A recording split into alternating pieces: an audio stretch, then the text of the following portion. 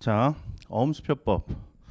이틀 동안 이제 그 선택형 기출 문제를 다 풀어볼 거예요. 이거는 상총상행위 회사법 선택형 기출 문제 우리 해설 수업의 연장이기 때문에 전에 했던 수업이랑 같은 방식으로 진행을 할 거예요.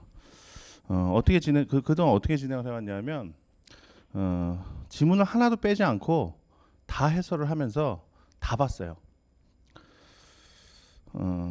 이렇게 발췌해가면서 보는 방법도 있긴 있어요. 근데 발췌하는 방법은 두 가지가 있죠. 뭐 홀수원 문제만 푼다든가, 뭐 이렇게 형식적으로 그 문제를 뽑아서 하는 방법이 있고, 그리고 또 중요한 문제만 뽑아서 하는 방법이 있어요. 근데 두 가지 다 별로 좋은 방법이 아니라고 생각해요, 저는. 먼저 형식적인 기준으로 홀수원만 뽑아서 한다든가 짝수원만 뽑아서 한다든가 이렇게 수업을 진행하면 그거는 선택형 기출 문제를 이번 과정에서 한번 다 본 게 아니에요. 반만 본 거지. 반만 보고 한 번 다 봤다 이렇게 뭐 혼자만 좋아하는 거죠, 그냥 그렇게. 그거는 바람직하지 않아요. 그리고 중요한 문제만 뽑아서 한다라는 것도 그렇게 바람직하지 않은 게, 지금 한 10월 11월 이제 시험 막바지가 되면 사실 중요한 문제인지 안 중요한 문제인지는 학생들도 다 알아요. 사실 어음수표법에서 위조 중요하지 않다라는 것, 중요하다라는 것 모르는 사람이 누가 있겠어요. 다 알잖아요. 그렇다고 또 안 중요한 문제만 뽑아서 한다. 중요한 문제는 우리도 다 알고 우리 혼자 공부할 수 있으니 안 중요한 문제만 뽑아서 수업해달라. 그것도 좀 이상하잖아요. 그래서 약간 무리가 있더라도 다 하기로 했어요. 다 해야 이번 과정에서 선택형 기출을 한번 다 보는 거예요. 근데 그렇게 하려면 예습을 반드시 해오셔야 돼요. 제가 다른 과정에서는 예습을 해오시라는 말을 하지 않아요. 항상 복습만 하라 그러지 예습은 해오지 말라 그래, 하지 말라 그래요. 근데 이번 과정에서는 반드시 예습을 해오셨어야 돼. 안 해오셨으면 수업을 들으시기가 약간 곤란하실 수도 있어요. 지금 동영상 강의를 들으시는 분을 위해서 이런 얘기를 드리는 거예요. 예습을 반드시 해오셔야 돼요. 근데 예습을 할 때는 어떻게 하느냐? 문제를 풀고 옆에 있는 해설을 다 읽으려면은 너무 힘이 들어요. 그렇게 하면은 능률이 떨어져. 안 돼. 그러니까 우선 문제를 풀어 보시고요. 문제는 반드시 풀어봐야 돼요. 그리고 문제 지문 중에 자기가 잘 모르겠는 것들이 있잖아요. 그것만 체크를 해서 그 부분만 해설을 보세요. 그러면 사실상 공부는 거의 다 됐다고 할 수 있죠. 그러면 수업은 왜 듣느냐? 수업은 나 혼자 공부하는 거를 약간 보충해 준다는 의미로 들으시는 게 좋아요. 수업은 아는 부분을 다시 한번 확인하고, 어차피 우린 다 볼 거니까 아는 내용을 어차피 다시 한번 확인하고, 그리고 몰랐던 부분, 그거는 해설 봐도 잘 모르겠다 하는 부분은 이제 수업 시간에 설명 듣고 이제 이해를 하고, 수업 시간에 설명 듣고 이해도 안 된다 그러면 반드시 질문을 하세요. 그런 식으로 하셔갖고 수업까지 그러고 나서 이제 또 복습을 하셔야죠. 복습을 할 때는 수업 시간에 설명을 하죠. 설명하면서 아는 내용은 그냥 넘어가세요. 아는 내용은 문제 풀 때도 알았고 수업 들으면서도 알았어요. 그러니까 그냥 넘어가면 돼. 수업 들으면서 몰랐던 것만 그 지문에다 다 체크를 해 놓으시고 그것만 복습을 하세요. 그것만. 그리고 그렇게 진행을 하셔야 돼요. 그러면 이제 시간 배분은 어떻게 하겠어요? 예습하는 시간에 가장 많은 시간을 배분해야 되고, 그다음에 수업을 들을 때는 반드시 집중을 하셔서 여기서 끝낸다는 생각으로 해야 돼요. 여기서 끝낸다. 수업 들으면서 끝낸다. 더 이상 복습은 없다라는 마음으로 해야 돼요. 수업 자체가 복습이니까. 그래도 이제 사실상 그럴 수는 없죠. 체크해 놓은 모르는 게 몇 개가 있을 수밖에 없어요. 그래서 올라가서 이제 복습을 하실 때는 30분 내로 복습은 다 끝낼 수 있도록, 3시간 반짜리 수업 하나에 복습은 30분 내로 끝낼 수 있도록 그렇게 하시는 게 효율적인 공부가 될 거예요. 근데 그렇게 진행을 하면 사실 어음수표법을 하루에 끝내야 돼요. 그러니까 3시간 반에 끝내야 돼. 근데 우리가 이걸 이틀을 잡아놨잖아요. 7시간을 잡아놨잖아. 근데 거기에는 이유가 있어요. 왜냐하면 어음수표법은 잘 모른다는 거예요, 학생들이. 지금 가을이 됐는데도 어음수표법을 기초적인 것도 잘 모르는 학생들이 많다는 거예요. 그래서 기본 강의에 준할 정도의 설명을 하면서 선택형 문제를 진행을 하자, 이런 컨셉으로 한 거예요. 그래서 이틀을 잡아놨어요. 그래서 상법 총칙 회사법 진행할 때보다 조금 속도는 느릴 거고, 설명은 더 많아질 거예요. 공부가 많이 돼 있으신 학생들은 조금 비효율적이다라는 느낌이 들 수도 있겠죠. 근데 그 부분은 양해를 해주셔야 돼요. 엄수표 공부를 많이 안 하셔서 그럴 수밖에 없어요. 가끔 듣는 질문 중에 이런 질문이 있어요. 지금 한 11월쯤, 10월쯤 돼갖고 선생님 엄수표를 포기할까요? 보험법을 포기할까요? 둘 중에 뭘 포기할까요? 뭐 그런 질문을 받을 정도예요. 그러니까 시험이 지금 3달 남았는데 엄수표를 한 번도 본 적도 없고 지금 그냥 포기하고 안 보고 들어가겠다 이런 상황인 학생도 많기 때문에 지금 뭐 다 아는 거를 정제해서 웬만한 기본적인 건 다 아는 거를 정제를 해서 수업을 진행할 수는 없어요. 그래서 공부가 좀 많이 돼 있으신 분들은 수업이 좀 지루하더라도 양해를 해주시고요. 이거는 좀 충실하게 설명을 하면서 진행을 할게요. 자, 우선 기본적인 것부터 설명을 할게요. 오늘 기본 구조를 알면 엄수표도 그렇게 어렵지 않아요. 자, 이제 시작해요. 우리가 엄수표 공부를 하는데 나오는 게 3가지죠. 약서고음, 환어음, 수표예요. 근데 우리는 이제 어음을 기본적으로 어음을 공부를 하고 수표는 이제 특이한 내용만 조금 공부를 하죠. 근데 어음을 공부를 하는데 우리 법제는 환어음에 대해서 규정을 해놓고 뒤에 약서고음에서 환어음 규정을 준용하는 규정으로 이렇게 돼 있어요. 근데 우리가 공부를 할 때는 약서고음을 위주로 공부를 할 거고 그리고 환어음은 약서고음과 다른 부분만 좀 특별한 부분만 따로 공부를 할 거예요. 그래서 약서고음 위주로 공부를 해요. 왜 그러냐면 약서고음이 가장 법리가 단순하고 또 그래서 그거를 위주로 해서 이해를 하는 게 쉽고 그리고 또 거래계에서는 99%가 약서고음이에요. 환어음은 국제거래에서나 조금 쓰이고 국내 어음에서는 이제 환어음은 거의 쓰이지 않아요. 그래서 약서고음을 갖고 대부분 설명을 할 거예요. 자, 그럼 약서고음을 먼저 보자고요. 약서고음. 자, 지금 얘기하는 걸 잘 들어주셔야 돼요. 이거는 어음거래 전체적인 걸 조망하는 거기 때문에 지금 거를 잘 들어두셔야 돼. 이게 이제 우리 회사법에서 맨날 그리는 그 미니맵 있죠? 그 미니맵이야 지금 얘기하는 게. 이게 전체 구조고 미니맵이니까 요걸 잘 알아두셔야 돼. 근데 회사법은 조직법이라 그림 하나로 딱 그려놓으면 괜찮은데 이 어음수표법은 이게 거래법이라 거래의 흐름을 봐야 되기 때문에 그림 하나로 딱 끝내기가 어려워요. 그러니까 설명을 들어서 그 플로우를 좀 알아두셔야 돼요. 이걸 잘 들어주세요. 우선 표시는 제가 대부분 이렇게 할 거예요. 갑이 주로 발행인이에요. 갑이 발행인이고 을이 수취인이에요. 을이 수취인이에요. 그리고 병은 환어음에서 인수인이 될 거예요. 병. 환어음에서의 인수인. 그리고 수표에서의 지급인이 될 거예요. 환어음에서는 뭐 지급인이다 인수인이죠. 그리고 나머지 그 다음에 등장하는 인물들 제1피배서인부터 그러니까 나중에 등장한 사람들은 대부분 배서인이겠죠. 그 사람들은 갑을 병으로 안 하고 A, B, C로 할 거예요. A, B, C로. 그래서 A, B, C 이런 식으로 이제 할 거예요. 이건 통일된 거니까 여기 익숙해지셔야 돼요. 약서고음에는 이제 인수인이 없죠. 자, 약서고음이라는 거 우선 뭐죠? 어음금 지급 청구권을 표창하고 있는 유가증권이에요. 그러니까 약서고음에는 금액이 써 있어. 예를 들어서 1,000만 원 이렇게 써 있어요. 이 1,000만 원을 만기에 그러니까 지급기일이죠. 변제기예요. 만기에 주채무자든 누구한테든 들고 가면 그거 약서고음 주고 돈 받을 수 있는 권리가 있는 거예요. 약서고음에 그런 권리를 표창하고 있는 유가증권이야. 우선 약서고음은 갑이라는 발행인이 발행을 하죠. 갑이라는 어음 용지에다가 1,000만 원 이렇게 써갖고 뭐 수취인 을 귀하 이렇게 해서 발행인 아무개 이렇게 해서 기타 사항들 여기다 써서 발행을 해요. 그렇게 해서 을한테 줘. 그러면 을이 뭘 취득을 했어요? 을한테 줬으면 을이 이걸 갖고 있으면 을이 갑에 대해서 만기에 그러니까 약서고음은 발행을 하는데 오늘 발행을 하면 예를 들어서 뭐 3달 후가 만기다. 그러면 3달 후에 이거 들고 나한테 오는 놈한테 나 1,000만 원 줄게 이런 거라고. 그런 거라고요. 그러니까 그 3달 후에 만기에 이걸 들고 갑한테 가면 1,000만 원을 받을 수 있는 권리가 표창되어 있는 유가증권이란 말이에요. 그러니까 을은 이걸 들고 있으면 이때 갑한테 1,000만 원 만기에 가서 1,000만 원을 받을 수 있는 권리가 생긴 거죠. 이거를 발행일을 2016년 8월 27일인가요? 27일인데 편의를 위해서 그냥 8월 1일이라고 하고 만기를 2016년 11월 1일이라고 그냥 할게요. 자, 을은 그러면은 이 유가증권 이제 취득을 했어요. 이걸 들고 있다가 2016년 11월 1일에 가서 갑한테 돈 줘라고 해서 돈 받아가면 돼요.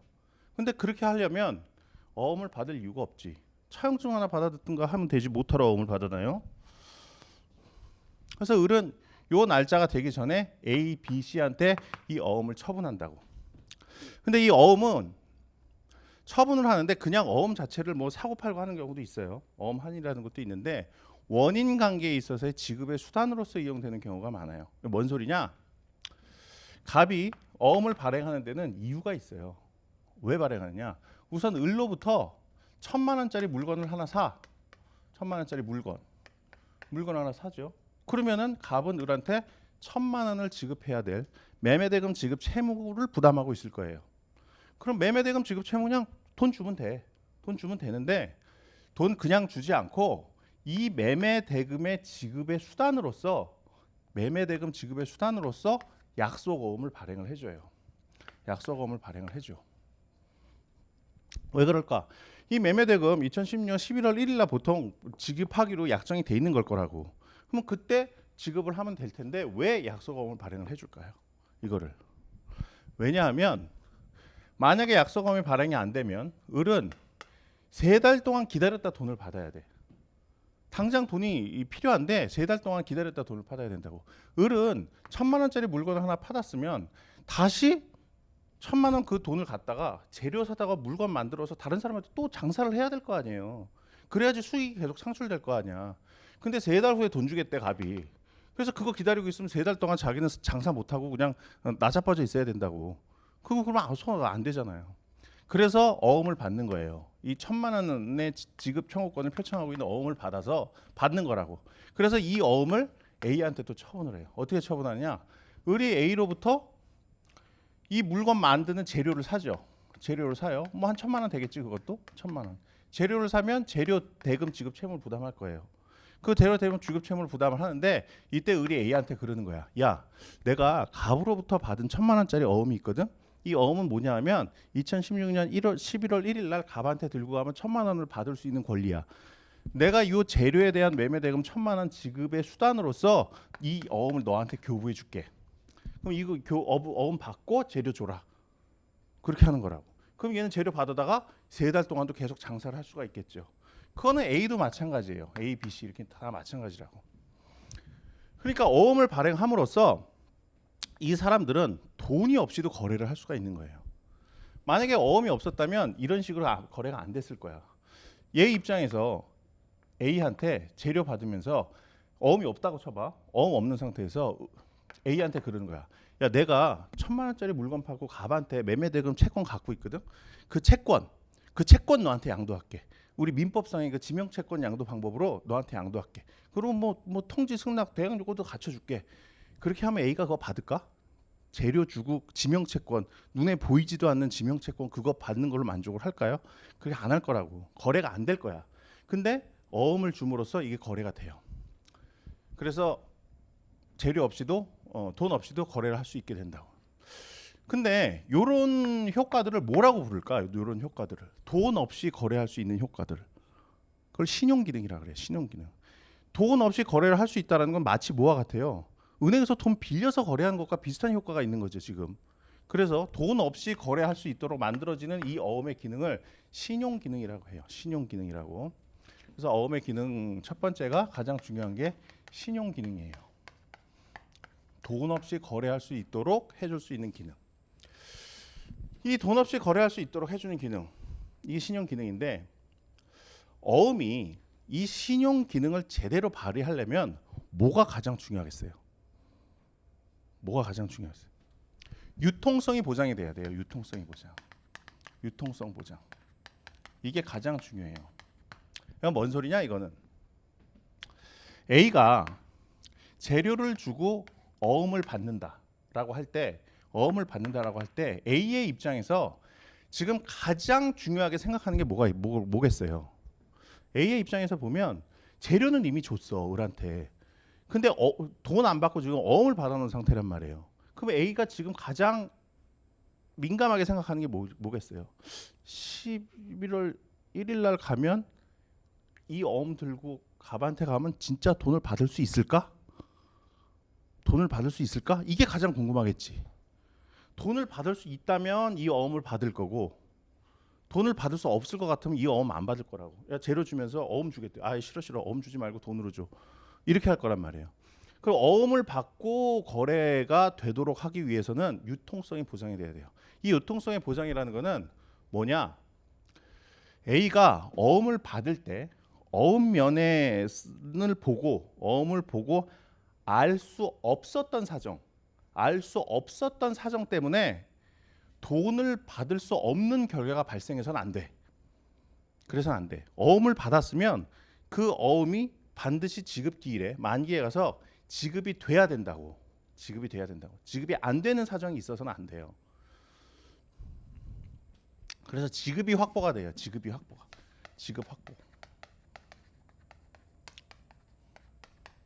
그래서 이게 어음법에서는 가장 중요한 화두예요.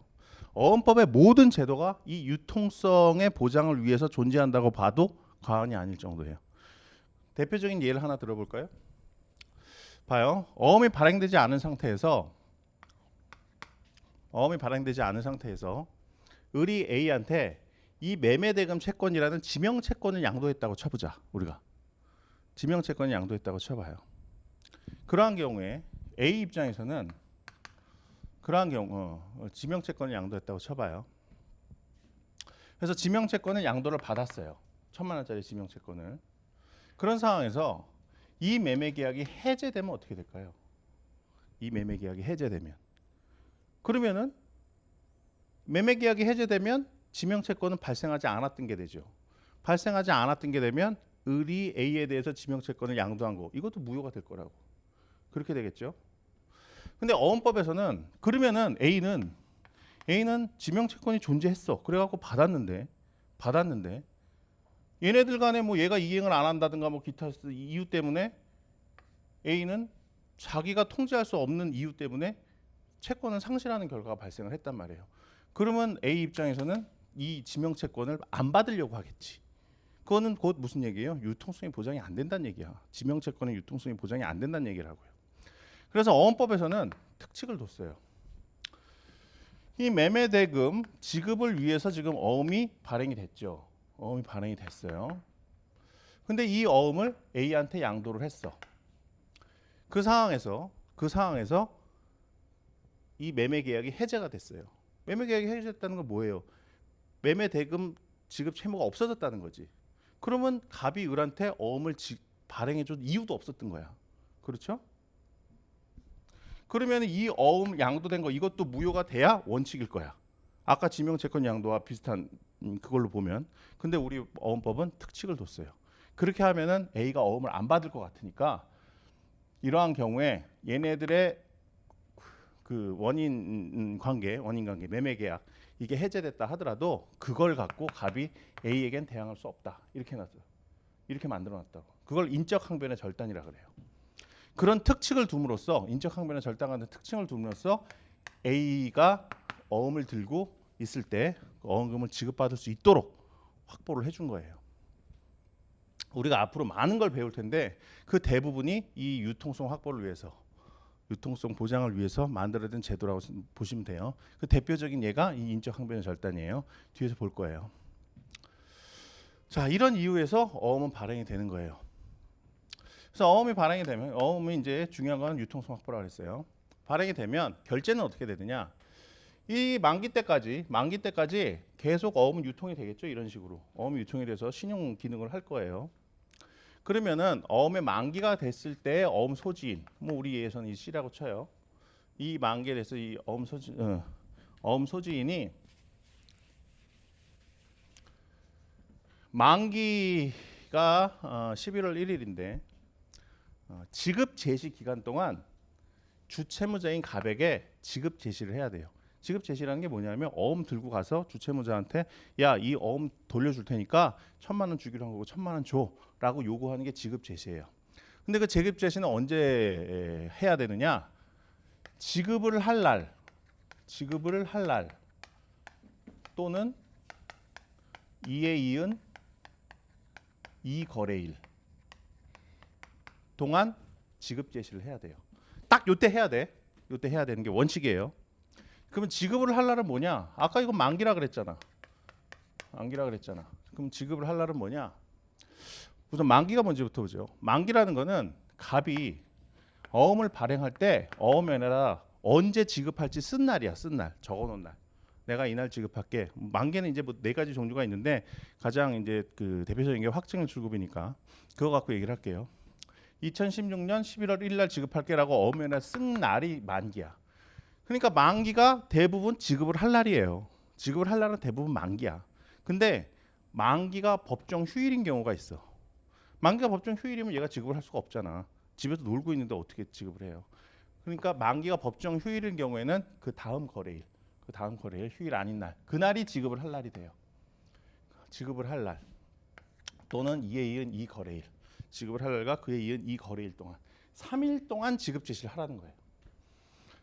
요 기간 내에 꼭 해야 돼요. 요 기간 내에 해야 되는 게 원칙이야. 요 기간 내에 얘한테 들고 가서 지급 제시를 해요. 그러면 얘가 C로부터 어음을 돌려받고 1,000만 원 주면 어음 거래는 끝이 나요. 그럼 아주 정상적인 거죠. 근데 돈을 안 주는 경우가 있어. 이거 뭐 돈이 없어서 안 주든가 아니면 뭐 그냥 배째라 그러고 안 주든가 안 주는 경우가 있어요. 안 주는 경우에는 얘는 어떻게 해야 돼요? 앞에 놈들한테 담보 책임을 물어요. 일종의 담보 책임을. 이거를 상환 청구라고 해요. 상환 청구. 이런 거지. B가 C한테 어음을 양도할 때 뭐라 그랬겠어요? B가 C로부터 물건 사고 그 물건에 대한 대금 지급할 채무가 있는데 그 대금은 지급할 채무의 지급을 위해서 어음을 갑이 발행한 어음을 얘한테 교부해 줬을 거 아니에요? 그렇잖아. 근데 C가 B 말 믿고 만기에 가서 갑한테 돈 달라고 했는데 갑이 돈을 안 줘. 그러면 C는 뭐라 그랬어요? 신경질이 나겠지. B한테 가서 야, 너 만기 11월 1일 날 A한테 갑한테 가서 돈 달라고 그러면 준다며. 그래서 내가 너한테 물건 주고 내가 돈도 하나도 안 받고 어음 쪼가리 하나 받았는데 돈 안 주네? 네가 책임져라. 이렇게 나오겠죠. 당연한 걸 거예요. 근데 어음법에서는 직전에 어음을 자기한테 어음을 교부했던 직전의 배서인 뿐만 아니라 그 전 배서인들에게도 다 어음금 지급 상환 청구를 할 수 있도록 했어요. 상환 청구를 할 수 있도록 했어요. 얘는 주채무자고 주채무자가 되는 거고 얘가 안 줬을 때 얘네들은 상환 의무자가 되는 거예요. 얘네들은 이제 배서인이죠. 배서인. 배서인이라는 거는 뭐 아시는 분은 아시겠지만 어음을 양도한 사람이에요. 어음 채권을 양도한 사람. 배서인. 얘네들한테 상환 청구를 할 수 있어요. 어음 거래는 이게 끝이에요. 사실. 이게 다야. 만기에 가서 주채무자에게 어음금 지급 청구하고 받으면 좋고 못 받으면 앞 사람들한테 상환 청구하고 이게 이제 어음 거래 거의 다예요. 이게 다야. 그럼 얘가 이제 권리가 있는 거고 얘네들은 의무가 있는 건데 모든 제도들이 다 얘한테 권리가 있느냐? 권리 행사하려면 어떻게 해야 되느냐? 그리고 얘네들이 의무를 부담하느냐? 이것만 갖고 따지는 거예요. 이거. 얘네 어음 행위를 한 자들이 의무가 있어? 아니면 어음 소진이 권리가 있어? 요거 따지는 거야. 다. 모든 제도가 다. 근데 갑이 권리를 행사할 수 있는 기간과 방법이 약간 달라요. 얘에 대해서 약간 다르고 얘에 대해서 약간 달라요. 얘에 대해서와 얘에 대해서가 약간 달라. 우선 약속어음에서 발행인은 주채무자라 그랬죠. 얘는 어음 소지인은 주채무자에 대해서는 만기로부터 3년간 권리를 행사할 수 있어요. 주채무자에 대해서는 만기로부터 3년간 언제든지 가서 돈 달라 그러면 주채무자는 지급을 해줘야 돼요. 3년, 만기로부터 3년 잘 기억해 두세요. 근데 얘네들한테 나머지 사람들, 즉 상환 의무자들, 상환 의무자에 대해서 상환 청구를 하기 위해서는 요건이 조금 까다로워요. 첫 번째,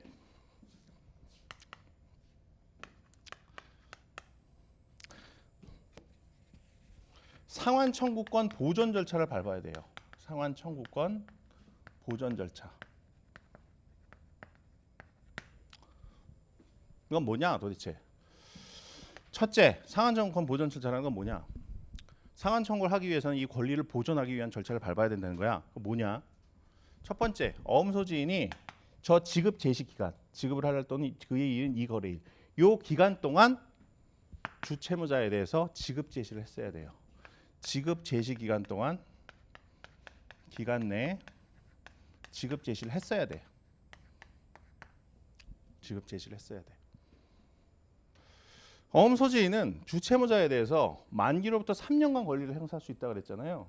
그래서 요 3일이 지난 다음 날 권리를 행사할 수도 있어. 주채무자한테는. 하지만 요 기간이 지나서 권리를 행사하면 상환 청구권이 보존되지 않았기 때문에 얘네들에 대해서는 상환 청구를 행사할 수 없어. 즉 주채무자가 이행을 안 했을 때 남은 앞 사람들한테 상환 청구를 행사할 수 없다는 거예요. 그리고 두 번째, 지급 거절 증서를 작성해야 돼요. 지급 거절 증서. 이건 일종의 공정 증서예요. 다시 말해서 어음 소지인이 요 3일 기간 동안, 지급 제시 기간 요 3일 기간 동안 주채무자에 대해서 어음을 들고 가서 어음 지급해달라라고 요구를 해야 되고, 그리고 갑이 지급을 안 했을 때 그 지급 안 했다는 사실을 증명하기 위한 공정 증서, 그 증명 방법을 만들어야 된다고. 그게 지급 거절 증서예요. 즉 갑하고 같이 가갖고 그 법원 앞에 가면 공증인 사무실 많이 있잖아요. 공증인가 법무법인 이런 거 써 있잖아. 공증인가 합동법률사무소 이런 거 써 있는 데 있잖아요. 간판에 지나가다 아마 보신 적 있을 거예요. 그런데 가서 지급을 거절했다는 취지의 증거 서면을 하나 만들어야 된다고. 요 두 가지 절차를 거쳐야만 상환 청구권이 보존이 돼요. 그렇게 해서 을은 C는 어음하고 그리고 거절 증서 두 가지를 들고 있어야 앞 사람들한테 가갖고 야 주채무자가 지급 거절했다. 상환 청구권 이행해라라는 요구를 할 수 있다고. 상환 청구권 보존 절차를 밟아야 돼요. 그리고 이 권리를 행사할 수 있는 기간은 1년이에요. 1년. 아까 주채무자에 대한 청구권의 소멸시효 기간은 3년이라 그랬죠? 소멸시효 기간의 표현을 안 썼구나 아까. 어쨌든 3년이라는 건 소멸시효 기간을 말하는 거예요. 그리고 이 상환 청구권, 이 상환 청구권은 발생을 위해서는 이 상환 청구권 보존 절차를 거쳐야 되고, 이렇게 발생한 상환 청구권의 소멸시효 기간은 1년이라는 거. 1년 동안. 1년 동안 얘네들한테 청구를 해서 돈을 받을 수가 있다. 재상환 청구권이라는 게 있어요. 이건 뭐 시험에 자주 나오는 건 아닌데 이제 기본적인 구조를 아셔야 되니까 여기까지도 기본적으로 알아두세요. 어음 소지인이 주채무자의 지급 거절을 이유로 해서 첫 번째로 행사하는 상환 청구권을 그냥 상환 청구권이라 그래요. 얘한테 행사할 수도 있고 얘한테 행사할 수도 있어. 어쨌든 어음 소지인이 첫 번째로 행사하는 상환 청구권을 그냥 상환 청구권이라 그래. 근데 C가 얘한테 하든 얘한테 하든 뭐 얘한테 할 수도 있지만 뭐 이건 빼고 얘한테 하든 상환 청구권 행사해서 돈을 받았어요. 그러면 얘도 C로부터 약소금을 돌려받았겠지. 약소금하고 이 지급 거절 증서 돌려받았을 거라고. 그럼 얘는 어떻게 하겠어? 얘나 얘한테 가서 또 돈 달라 그래야겠지. 그걸 재상환 청구권이라 그래. 재상환 청구권. 재상환 청구권이라 그러는데 그건 상환 청구권하고 뭐 크게 다를 건 없어요. 근데 그건 소멸시효가 6개월이에요. 6개월.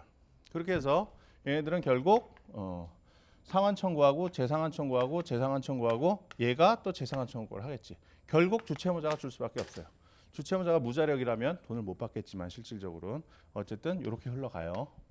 요게 약소금 거래의 큰 흐름, 이게 전체예요. 이거 갖고 이제 엎어치고 매치고 다 하는 거야. 요 범위 내에서 이제 요거 하나 딱 띄어갖고 쭉 주문으로 쫙 끌어갖고 고기와 관련돼서 쟁점이 되는 거 하나 배우고 뭐 하나 배우고 이런 식으로 하는 거라고요. 요 흐름만 알고 있으면 그다지 어렵지 않아요. 어음수배법도 그다지 어렵지 않아. 흐름만 알고 있으면. 자, 그다음에 이제 화나움 볼까요? 화나움.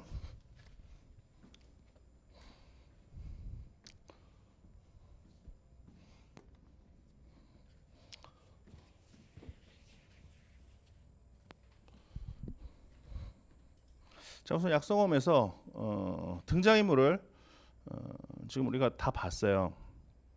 등장인물을 거의 다 봤는데 한 사람 빠진 사람이 있어. 보증인이 하나 빠졌어요. 보증인. 그다지 중요한 사람은 아니에요. 보증인이 하나 빠졌어. 봐요. 얘는 이제 약소금의 발행인이죠. 약소금의 발행인이에요. 약속어음의 발행인은 약속어음의 주채무자라 그랬죠. 그리고 얘네들은 배서인이에요. 배서인은 뭐예요?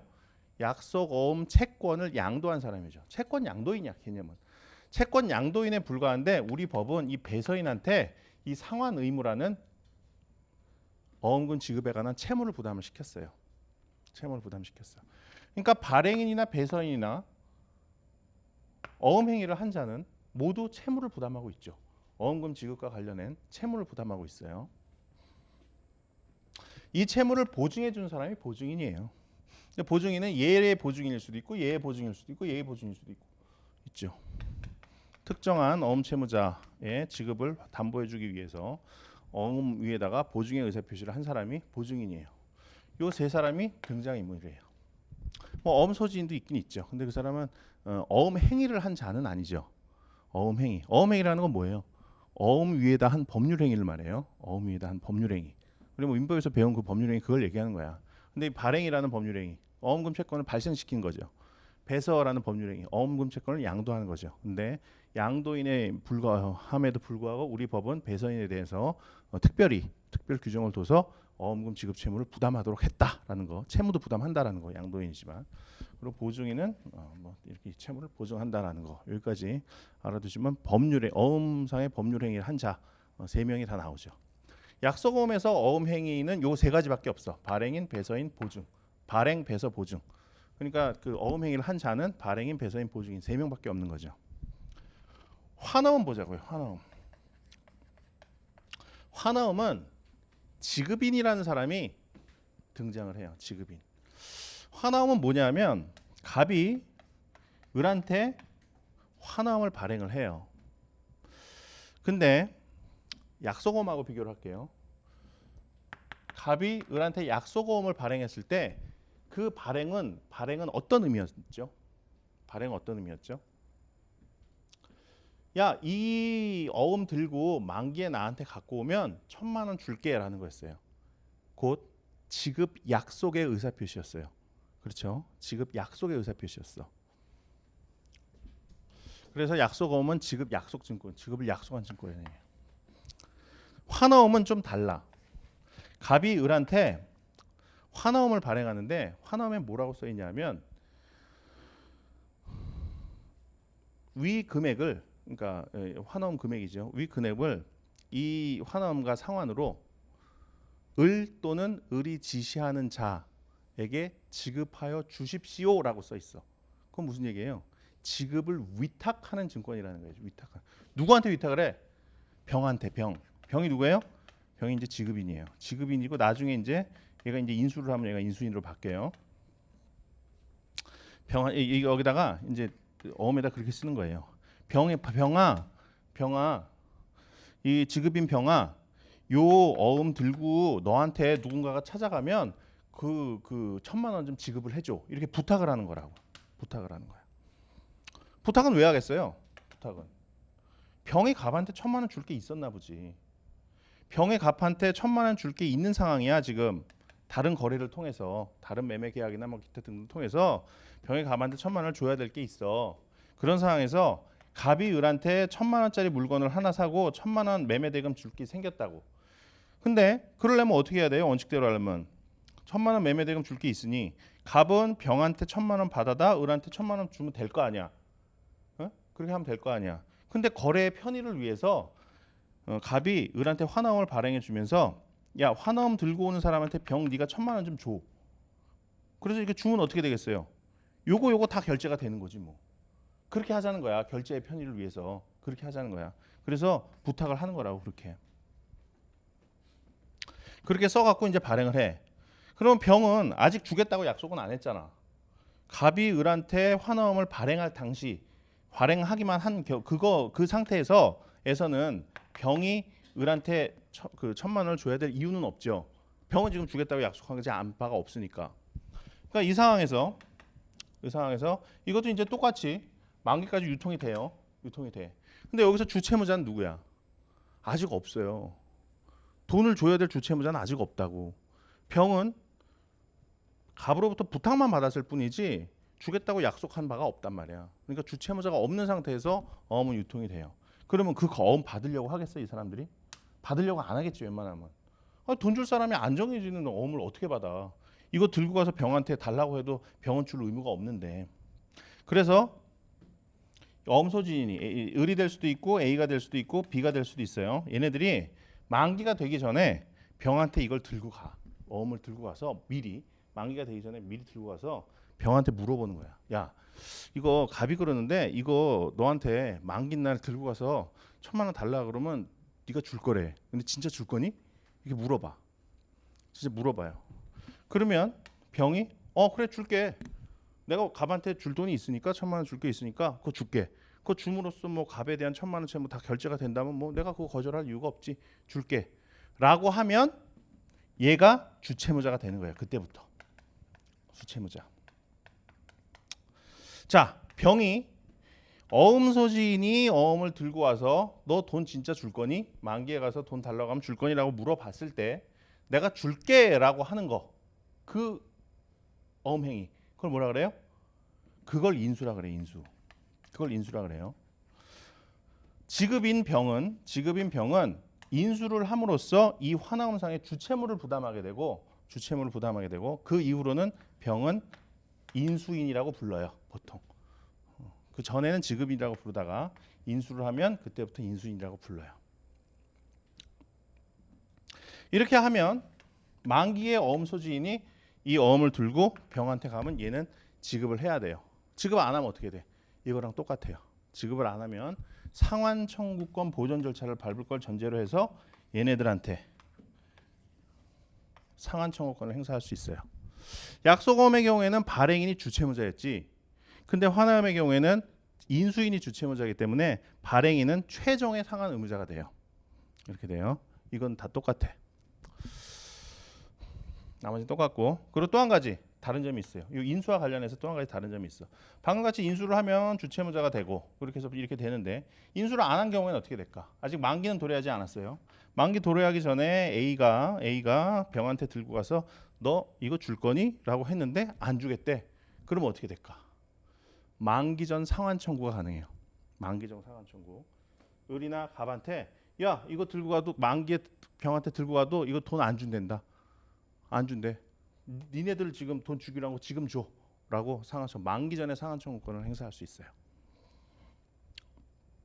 요 점이 좀 달라. 인수라는 것 때문에 하나가 달라요. 그럼 환어음에 있어서의 어음 행위는 뭐가 있을까요? 우선 발행이 있겠죠. 발행이 있을 거고 배서가 있겠죠. 그리고 보증도 당연히 있어요. 그리고 인수라는 게 있죠. 인수. 이것도 어음 행위예요. 환어음상의 주채무를 부담하겠다는 의사표시. 이것도 하나의 어음 행위예요. 참가인수라는 게 또 하나 있어. 참가인수라는 게 있는데 그건 모르셔도 돼요. 그거는 뭐 시험에도 나오지도 않을 뿐만 아니라 송율 교수님 교과서를 보면 참가인수라는 건 아예 없어. 교과서에서조차 다뤄주고 있지 않아요. 송 교수님 책에조차 다루고 있지 않은 내용을 우리가 공부할 필요는 없어요. 그거는 뭐 그런 게 있긴 있지만 그냥 모르셔도 돼. 참가인수라는 게 있어요. 참가인수. 그래서 화나음상의 어음행위는 요 5가지가 있는데 이건 우리가 몰라도 되고 요 4개만 관심을 가지시면 돼요. 그 다음에 수표를 볼까요? 수표. 수표는 어음하고 약간 다른 면이 있어. 어음의 가장 중요한 기능은 아까 뭐라 그랬어요? 신용 기능이라 그랬지. 근데 수표의 가장 중요한 기능은 지급 기능이고 신용 기능은 없어요. 그리고 수표의 신용 기능이 없다라는 것은 수표를 이해하는 데 있어서 매우 중요한 얘기야. 수표법의 특이한 내용이 대부분 수표가 신용증권화 하는 것을 방지하기 위한 제도들이에요. 그래서 수표의 신용 기능이 없다는 거는 잘 알아두셔야 돼요. 자, 그럼 수표는 뭐냐? 수표도 갑이 을한테 발행을 하는 거예요. 그리고 환어음과 비슷하게 수표도 역시 지급 위탁 증권이야. 지급 위탁 증권이야. 즉 갑이 을한테 수표를 발행하면 그 수표에는 뭐라고 써 있냐면 병아 하는데 이 병은 항상 은행이에요. 수표에서의 지급인은 반드시 은행이어야 돼요. 은행이 아니면 안 돼. 그래서 갑이 을한테 수표를 발행하면서 뭐라고 쓰냐면 병아 이거 들고 가면 너네 은행에 가면 이 수표금 좀 지급을 해줘 라고 이제 위탁을 하는 거예요. 위탁을 하는 거야. 그리고 을이 이걸 또 이제 A, B, C한테 이렇게 양도를 하죠. 양도를 해서 유통이 되겠죠. 그래서 최종 소지인인 C가 은행에 대해서 지급 제시를 하면 그러면 은행이 돈을 주면 수표 관계는 끝나요. 근데 특이한 게 있어요. 특이한 게. 수표의 가장 중요한 거는 수표는 그 신용증권 하면 안 된다 그랬죠. 신용증권 하면 안 된다 그랬어요. 그래서 수표에는 만기가 없어요. 만기가 없다는 건 무슨 소리냐? 수표가 발행이 되면 얘네들은 언제든지 은행에 가서 돈 달라고 할 수 있는 거야. 언제든지 지급 제시를 할 수 있는 거예요. 언제든지 지급 제시를 할 수 있어요. 그러면 은행이 거기에 대해서 반드시 지급을 해야 되냐? 지급을 해야 될 의무는 없어요. 은행은 지급해야 될 의무가 없어요. 항상 없어. 그래서 갑이 은행에다 돈 맡겨놓은 게 없다거나 그러면 지급 거절하는 거예요. 그러면 그건 부도수표 발행하게 되는 거고 갑은 부정수표 당소법에서 처벌까지도 받아요. 만기라는 게 없다라는 거. 그리고 지급인은 반드시 은행으로 한정이 된다는 거. 그러면 수표는 무슨 기능을 하는 거예요? 도대체. 그러면 아까 신용 창조 기능도 없고 그러면 수표는 이런 거 왜 발행하는 거야? 수표는 지급 기능만 해요. 지급 기능이라는 건 뭐냐? 얘네들이 결제를 하는데 뭐 1,000만 원, 2,000만 원 이렇게 큰 돈, 뭐 1억, 2억 이렇게 큰 돈을 현금으로 결제하려면 불편하잖아. 그러니까 갑이 을한테 1억을 줄 게만 예를 들어서 있다. 그럼 현금 들고 와서 주면 불편하니까 을한테 그러는 거야. 야, 내가 병은행에다가 1억 맡겨놨거든. 맡겨놨으니까 내가 이거 수표를 발행을 줄게. 요 수표 들고 은행에 가면 1억 줄 거야. 그러니까 지급을 간편하게 하는 수단밖에 없어. 역할밖에 못해. 수표는 지급을 간편하게 하는 역할. 그것만 하는 거라고요. 수표의 특이한 점 또 하나는 수표는 발행일로부터 열흘 동안이 지급 제시 기간이에요. 지급 제시 기간. 아까 어원법에서는 지급 제시 기간이 언제라 그랬어요? 지급을 할 날 또는 이에 이은 이 거래일 3일 동안이라 그랬죠. 근데 수표는 발행일로부터 10일 동안 지급 제시를 해야 돼요. 지급 제시를 해야 된다. 발행일로부터 10일 동안 은행에 대해서 지급 제시를 해야 된다라는 건 무슨 의미를 갖느냐? 요 지급 제시 기간 내에 지급 제시를 해야 전자에 대해서 상환 청구권을 행사할 수 있다라는 거예요. 아까 저것도 마찬가지였죠? 지급 제시 기간 내에 지급 제시를 해야 전자에 대해서 상환 청구권이 보존이 됐잖아요. 수표도 마찬가지예요. 이 지급 제시 기간, 이 발행일로부터 10일 요 기간 내에 지급 제시를 해야만 전자에 대해서 상환 청구권이 가능하다라는 거. 요거 아주 기본적인 내용들이에요. 지금 말씀드린 게 어음수표법의 가장 핵심적이고 기본적인 내용이에요. 그 자체가 시험에 나오진 않아. 근데 전체 뼈대를 우리가 알고 있어야 돼. 그래야 이제 우리 앞으로 공부하는 거 이해가 되는 거예요. 그래서 이거를 먼저 무려 1시간 가까이 시간을 할애해서 말씀을 드렸어요. 기본 강의 할 때도 항상 이거 먼저 해요. 자, 요거 수표는 우선 지울게요. 하나음이랑 구조가 똑같으니까 요건 지우고